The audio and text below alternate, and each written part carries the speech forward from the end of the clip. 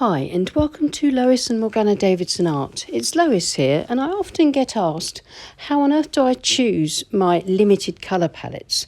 How do I decide which colours are going to work for which scenes? And how do I make my painting sort of stand out from the crowd through my use of colour? Well, you can, of course, there's many ways of doing this. You can, of course, just try out different colours in paintings. You can do lots of swatching out, see which colours you like. But I like to really let the colours decide for themselves. And what I mean by that is that I like to paint these sort of really intuitive abstract paintings here using the colours and that I've selected or that I think might work. And you can see here, look at the range of amazing colours and shades and hues there. Now, that's from just 4 colours, and the 4 colours that I'm going to try today and paint in an abstract way across this page that's been divided up are cobalt blue, Venetian red, sepia and yellow ochre. So I've got 3 primary colours, red, blue and yellow, plus I've got a really nice neutral dark with sepia. So I've divided my sheet of paper up with washi tape into sort of random rectangles, and now I'm scribbling on it with a permanent fine liner. Why do I do this? Well, the reason is simple. I want to disrupt the page, make a bit of a mess of it first. That stops me from getting precious about each individual part of this painting. It keeps me freer and fresher so that I can let the paint do the talking, let it marry and mingle on the page without me interfering. That way I will see what colours turn out just from these random blends of splashy paint being sort of spread across the page. So here's the cobalt blue, just kind of splashing it across the page, forgetting about the washi tape divisions, and then the yellow ochre, which is a sort of a semi-opaque colour, and then in with this really powerful earthy light red that will dominate if you let it. So I'm taking a little more care when I'm applying that, because otherwise if I dip into it too heavily it'll just cover the whole page. And then in with my neutral dark, and it's quite interesting how rich and sort of garish these primary colours look to start with, but because I wet the page first and I'm working mostly wet in wet, and now I'm using a water misting spray to add a bit more water, and I'm going to tip and tilt my board and allow the paint to run, allow gravity to help me decide whether I like these 4 colours together. You can see the colours running down the page now, especially where they're thickest and where I use the water spray, and they're beginning to create some beautiful blends without me doing any mixing on the palette. The mixing is happening on the page with the water and the paint, and this way I will get to see if there's any surprises in this colour palette as the paint mixes. I'll get to see colours that I didn't intend to mix or to try out, different shades and different hues. I'll get to see whether one colour is sort of dominated by the others. I'll get to see whether any unpleasant colours happen, anything that I'm not keen on that doesn't work very well with it all.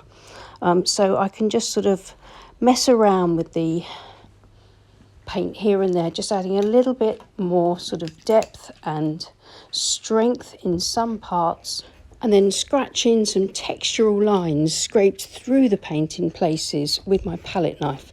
This reveals the paper underneath, and this can show me whether or not any of the paints are heavily staining, depending on whether I can see the white paper where I've scraped the paint away, or whether I can see slightly stained paper, if you see what I mean.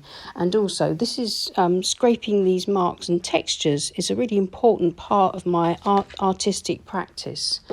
I think these colours are fairly staining. I don't think the cobalt blue is, but I think the other three are, because I can see pale colour beneath the scraped marks. And so that in itself is interesting. That's not a plus or a minus to me. That's just something else to note as I'm looking at the way these colours are interacting with each other. I like the way the light red, when it started off going on really bright and garish, has sort of settled in really nicely. And I think, you know, these colours, along with sepia, I think they play really nicely together. And I've got a feeling that this is a colour palette that I'm probably going to work with again. So now I'm just putting in a few extra darks across the bottom of each of these sort of washi tape divisions, thinking about the divisions probably for the first time. And so putting in that darker base when I remove the tape will sort of give me that kind of illusion of a sort of a loose landscape. So now I'm going to leave it all to dry completely. I'm quite excited to take the tape off and see how this little experiment looks. But just before I do, I think I'm going to cover a sort of a circular object that's the end of a pen with a piece of paper towel, and I'm going to dab out a little circular shape. Could be a sun, could be a sliver of moon, but the idea is just to lift out carefully from the sky and check whether cobalt is staining, and cobalt isn't. I can see the white of the paper there. So now I need to leave it to dry completely. So here it is, it's dry, and most of these colours have held their own. They haven't dried back too much lighter. That's quite nice in itself. I like the strength of these colours. They hold their own, and pulling off the washi tape, you can suddenly see some clarity in the different groups of washes and tones. It brings together the way these colours react together in a completely different way to just swatching them out or trying them out in a painting. But of course, for me, that's the next stage. If I like a colour palette together, then I'll try painting with it for a more planned painting. But so far, I'm really pleased with these. Each one of these individual portions of this painting are really pleasing to the eye. There's no nasty shocks or surprises. If we take a closer look, you can see the soft blends in the darks, the misty transitions between the colours that still hold their own. They've got great clarity. The Venetian red, I think, is amazing, the way it sort of works together with the sepia and the darks. We've got some sort of hints of greens. I'm not seeing much green here. So I think I'd have to sort of work a little bit harder to mix some greens. But now I'll show you how I sort of record this sort of information. And I record it in this sketchbook. You can see I've got similar experiments. Some of these are to check out colours. Some of these are to try out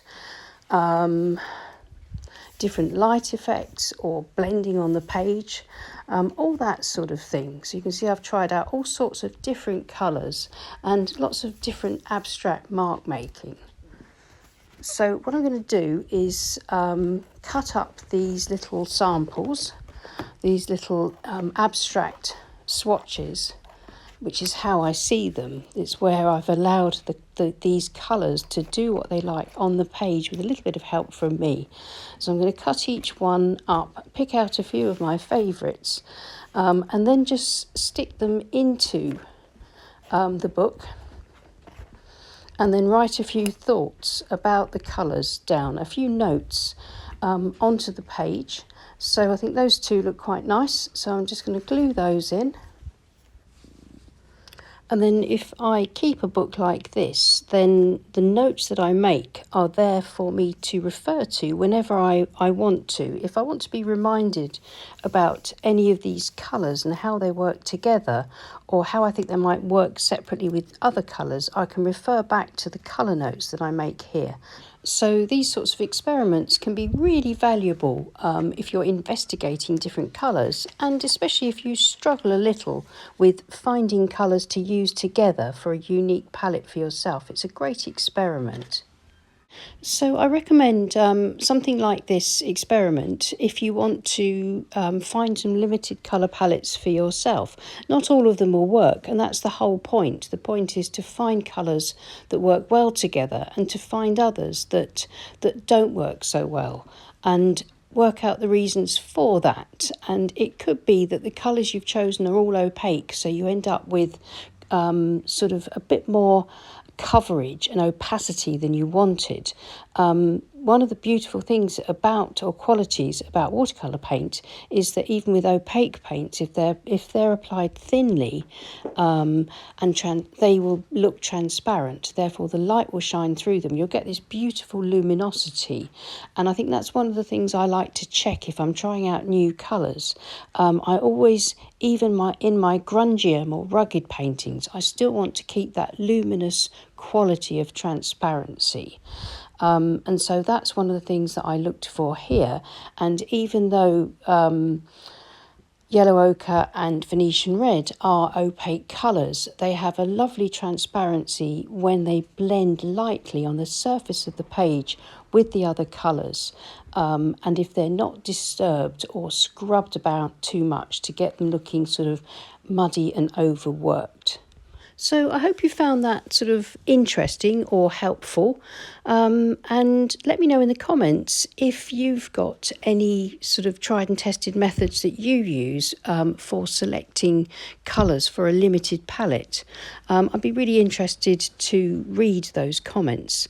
So please pop them in the comments below. Thank you so much for watching. Leave us a like and subscribe to our channel if you haven't already. And thanks so much to everyone who follows us on Patreon. There's plenty of exclusive content over there, both in Morgana's Patreon page and in mine. So follow the links below and come and join us. We'd love to see you there. So thanks again. Take care. See you again soon, and happy painting. Bye.